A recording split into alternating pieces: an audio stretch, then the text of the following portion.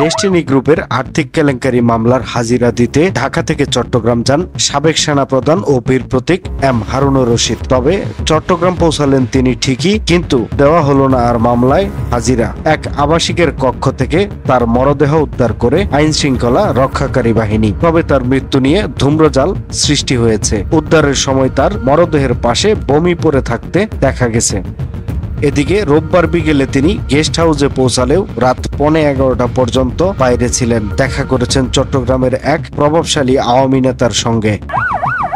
জানা যায়, সেনাবাহিনীর সাবেক প্রধান লেফটেন্যান্ট হারুনুর রশিদ চিটাগাং ক্লাব লিমিটেডের গেস্ট হাউসের 3য় তলার 308 নম্বর রুমে গত 3 আগস্ট বিকেলে 4:40 প্রবেশ করেন। পরবর্তীতে তিনি তার মামা চট্টগ্রাম মহানগর আওয়ামী লীগের সহসভাপতি অ্যাডভোকেট ইব্রাহিম হোসেন চৌধুরী বাবুল ও সাখাওয়াত হোসেনের নন্দকাননের বাসায় সৌজন্য সাক্ষাৎ করতে যান। সাক্ষাৎ শেষে পুনরায় রাত 10:45 আবার গেস্ট হাউসে আসেন। সকালে তার একটি মিটিং এর কথা ছিল, তবে মোবাইলে বারবার কল দেওয়ার পরও রেসপন্স না পাওয়ায় দরজায় নক করা হয়। তাতেও কোনো সাড়া শব্দ না পাওয়ায় পরবর্তীতে বারান্দায় গ্লাসের দরজা ভেঙে বিছানায় তার মরদেহ পড়ে থাকতে দেখা যায়।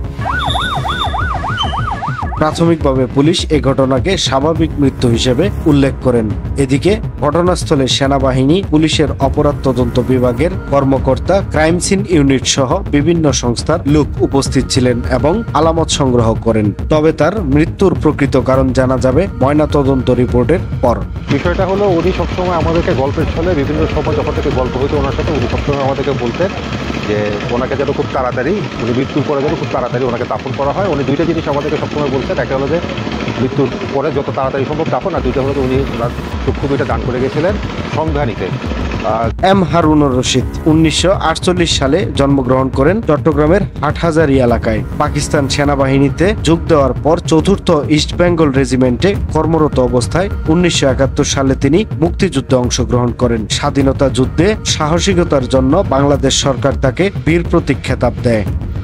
এরপর 2000 সালের ডিসেম্বরে বাংলাদেশ সেনাবাহিনীর নেতৃত্বে আসেন তিনি। 2002 সালে অবসরে যাওয়ার পরও অস্ট্রেলিয়া, নিউজিল্যান্ড ও ফিজির রাষ্ট্রদূতের দায়িত্ব পালন করেন তিনি। অস্ট্রেলিয়া 2 নম্বর ওর খবর গো, ওর বাবার খবর অনুভূতি অথবা সাইডে দিক আন্ডার জায়গা আছে। 3 নম্বরে দায়ের হয়তো ওর কোনো রাষ্ট্রীয় সম্ভাবনা হয়তো ও তো মুক্তিযুদ্ধ এবং সেক্টর কমান্ডার্সের ফোরামের সাবেক মহাসচিব হারুনুর রশিদ ডেস্টিনি গ্রুপের প্রেসিডেন্ট হিসেবে যোগ দেন 2006 সালে। পরের কয়েক বছরে আরো বহু ক্ষেত্রে ডেস্টিনির ব্যবসা বিস্তৃত হতে থাকে, কিন্তু জালিয়াতি ও অনিয়মের অভিযোগ এবং ক্ষতিগ্রস্ত গ্রাহকদের ক্ষোভ বিক্ষোভ তুঙ্গে উঠলে 2012 সালে হারুনুর রশিদকে কারাগারেও যেতে হয়।